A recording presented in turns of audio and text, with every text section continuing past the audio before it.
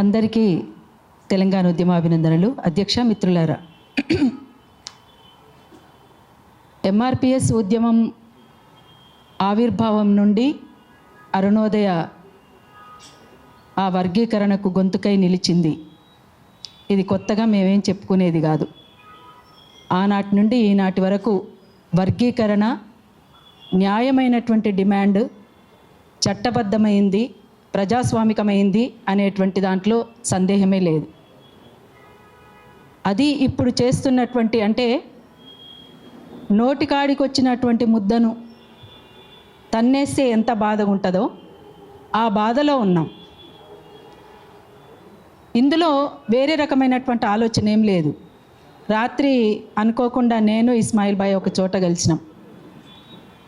అక్కడ ఒక మాల సామాజిక వర్గానికి సంబంధించిన ఇంటెలెక్చువల్ అతను కలిసిండ్రు. ఆయన కూడా ఒప్పుకున్నాడు, దాన్ని ఒప్పుకోకుండా ఏం లేరు కొంతమంది, అందరు కాదు. కానీ బాధాకరమైనటువంటి అంశం ఏంటంటే, మొన్న కూడా చెప్పిన అన్న ముందట, చాలామంది ఎక్కడో తొడగొట్టాల్సిన వాళ్ళు ఇక్కడ తొడగొట్టుకోవటం, ఎక్కడో గుడ్డలు జింపుకొని మాట్లాడుకోవాల్సిన వాళ్ళు ఇక్కడ జింపుకోవటం, ఎక్కడో తిట్టాల్సినటువంటి వాళ్ళు అందరం ఒకటై మనం ఎవరి మీదనైతే యుద్ధం చేయాలనో వాళ్ళ మీద యుద్ధం చేయకుండా మనం కొట్లాడుకోవడం ఏంది అనేటువంటిది, ఒక ఇంత చిన్న విషయం ఎందుకు అర్థం కాకుండా పోతుంది వాళ్లకు అనేటువంటిదే మాల సోదరులందరికీ కూడా, మాల మిత్రులందరికీ కూడా నేను విజ్ఞప్తి చేస్తున్నది ఏంటంటే, మనం తన్నుకుంటే ఇంకొకరికి లాభం. ఆ లాభం మరి మనకు రావాల్సినటువంటి ఎవరెవరికి మేమెంతో మాకంత అనేటువంటిది న్యాయమైందే కదా. ఇంతకుముందు చంద్రకుమార్ సార్ చెప్పిండు, అందరూ దాదాపుగా అందరూ చెప్పిండ్రు, ఇంత విఠల్ కానీ తమ్ముడు, ఇప్పుడు రఘు కూడా కొన్ని విషయాలు. భూమి, నిజంగా భూమి మన చేతుల్లో ఉందా? లేదు. భూమి ఎవరి చేతుల్లోనైతే ఉంటుందో వాళ్ళ చేతుల్లోనే అధికారం ఉంటుంది అనేటువంటిది వాస్తవం. ఆ భూమి మన చేతుల్లోకి రావాలి అంటే మరి మనం ఏం చేయాలి? ఒక ధర్మయుద్ధం చేస్తున్నాం ఇక్కడ. అందుకే 16లో పెట్టినటువంటి ధర్మయుద్ధానికి కూడా అరుణోదయ అక్కడ పార్టిసిపేట్ చేసింది. ఆనాటి నుంచి ఈనాటి వరకు ప్రతి సందర్భంలోనూ, ఇయ్యాల కూడా అది కేవలం, ఇంతకుముందు ఎవరో తమ్ముడు మాట్లాడినరు, కేవలం ఇది వర్గీకరణ కోసమే మాట్లాడలేదు. ఎంఆర్పిఎస్ అనేటువంటిది మానవ హక్కుల దండోరేస్తూ ముందుకు సాగింది. ఒకటా రెండా? ఇవాళ ఆరోగ్యశ్రీ వచ్చిందంటే మందకృష్ణన్న పూనుకున్నందుకే. ఇవాళ వృద్ధులకు కానీ పెన్షన్స్ సంబంధించింది కానీ, ఇంకా అనేక వికలాంగులకు సంబంధించినటువంటి అంశంలో కానీ, ఒకటి కాదు రెండు కాదు, అనేక రకాలుగా సామాజిక ఉద్యమాలు ఒక మానవ హక్కులను హరిస్తున్నటువంటి సందర్భంలో, మానవ హక్కులను కాలరాసి ఉంటున్నటువంటి సందర్భంలో, ఒక వివక్షతకు లోబడి ఉన్నటువంటి పరిస్థితులలో మనము ఏం చేస్తున్నాం అనేటువంటి దానికోసం కూడా ఆలోచిస్తూ మానవ హక్కులను దండోరేస్తూ ముందుకు కదిలినటువంటి ఉద్యమమే ఎంఆర్పిఎస్ ఉద్యమం. అందుకని ఆ ప్రతి ఉద్యమంలోనూ మానవ హక్కుల దండోరేస్తూ అరుణోదయ ఎంఆర్పిఎస్కు గొంతుకై నిలిచింది, ఈనాడు నిలుస్తుంది. అందుకే రేపు జరగబోయే దాంట్లో కూడా సంఘీభావ సాంస్కృతిక దండోరై కదులుతుందని చెప్పేసి కూడా తెలియజేస్తూ ఉన్నాం.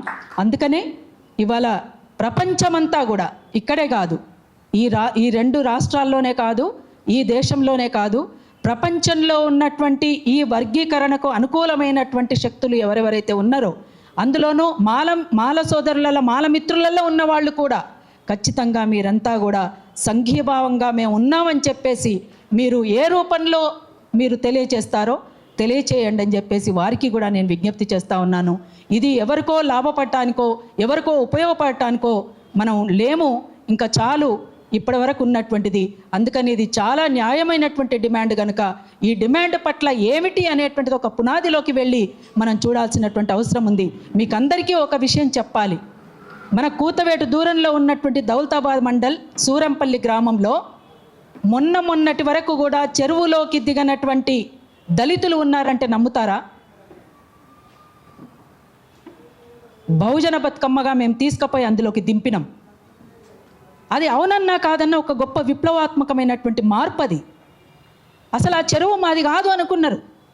కాదనుకోవడానికి వాళ్ళు కాదు అనుకోవడం అనేది, అక్కడ ఉన్నటువంటి అగ్రకుల పెత్తనం అంతా కూడా అసలు మీరు చెరువులోకి దిగడానికి వీల్లేదు అని చెప్పేసి చెప్పినటువంటి పరిస్థితిలో వాళ్ళు దూరమైనరు. అసలు చెరువు అంటే ఏమిటి? గ్రామానికి అంతటికీ ఉపయోగపడటానికి కాదా? అది కొద్ది మందికి ఉపయోగపడటానికా? చెరువు అనేది ఆ గ్రామ ప్రజలకందరికీ ఉపయోగపడటానికి. అంటే దాని అర్థం భూమి మన చేతుల్లో లేకపోవడం మూలంగా చెరువు మనది కాకుండా పోయింది. ఇది లింకప్ అయి ఉన్నటువంటి విషయాన్ని ఎందుకు ఆలోచించలేకపోతుండ్రు అనేటువంటిది కూడా మనం ఒకసారి ఆలోచించాలి. అందుకనే మిత్రులారా, తప్పనిసరిగా అంతిమ లక్ష్యం భూమి మన చేతుల్లోకి రావడమే అనేటువంటిదే. అందుకే ఇవాళ ఊరికి వెలుపల వెలివేయబడ్డటువంటి మన వాడలన్నీ కూడా ఊరు వాడలు కావాల్సినటువంటి అవసరం కూడా ఉన్నది. అందుకోసం ఇవాళ రేపు అంటే మందకృష్ణన్న ఆధ్వర్యంలో జరగబోయేటువంటి 1,00,000 డప్పులు 1000 గొంతుకలు, దానికి అరుణోదయ సంఘీభావ సాంస్కృతిక దండోరగా కదులుతుందని చెప్పేసి తెలియజేస్తూ, జై తెలంగాణ, జై మాదిగ, జై ఎంఆర్పిఎస్, జై మాదిగ దండోరా. Thank you.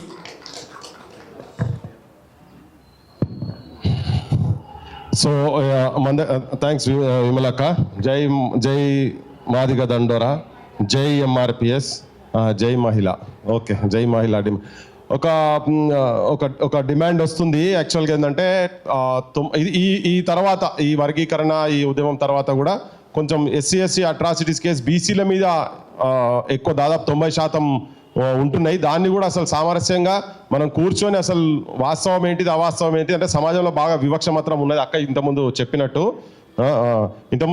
ఉన్నది అంతరాలు. ఇక మాలమాది వాళ్ళ మధ్యలో ఉన్న తర్వాత ఇక వేరే దాంట్లో ఎందుకు ఉంటాయి కానీ దాన్ని సామరస్యంగా కూర్చొని ఎక్కడైనా మనం వర్క్ చేసి కలెక్టివ్గా కొన్ని అటువంటి ఏమైనా ఫాల్స్ కేసెస్ ఏమైనా పెట్టేటి ఉంటే కూడా దాని మీద వర్క్ చేయాలని కొంచెం నాకు మెసేజెస్ వచ్చినాయి.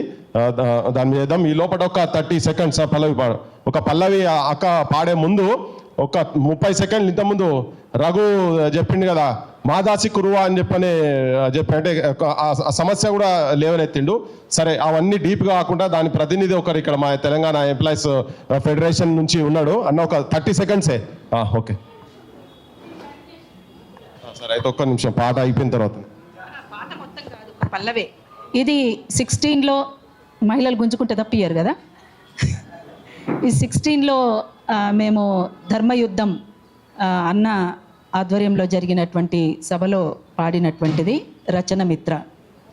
మనమెంతో మనకంతా పిలుపులోన సమత, కలిమిలేములు మాచా కావాలి ఒక కొలత. మనమెంతో మనకంతా పిలుపులోన సమత, కలిమిలేములు మార్చా కావాలి ఒక కొలత. కలిమిలేములు మార్చా కావాలి ఒక కొలత. దండోరేసి చాటాలి మాదిగ మహాజనులారా, దండోరేసి చాటాలి మాదిగ మహాజనులారా. మన హక్కుల దండే కట్టాలి, సామాజిక న్యాయం దక్కాలి. మనమెంతో మనకంతా పిలుపులోన సమత, కలిమిలేములు మార్చా కావాలి ఒక కొలత. కలిమిలేములు మార్చా కావాలి ఒక కొలత. కావాలి ఒక కొలత.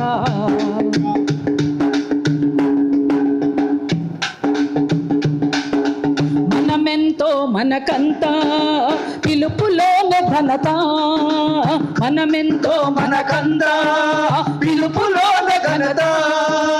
కలిమిలేములు మార్చా కదలాలి మన జనత. కలిమిలేములు మార్చా కదలాలి మన జనత. కలిమిలేములు మార్చా కదలాలి మన జనత. కదలాలి మన జనత. కదలాలి మన జనత. Thank you. నెట్రా ఒక్క నిమిషం.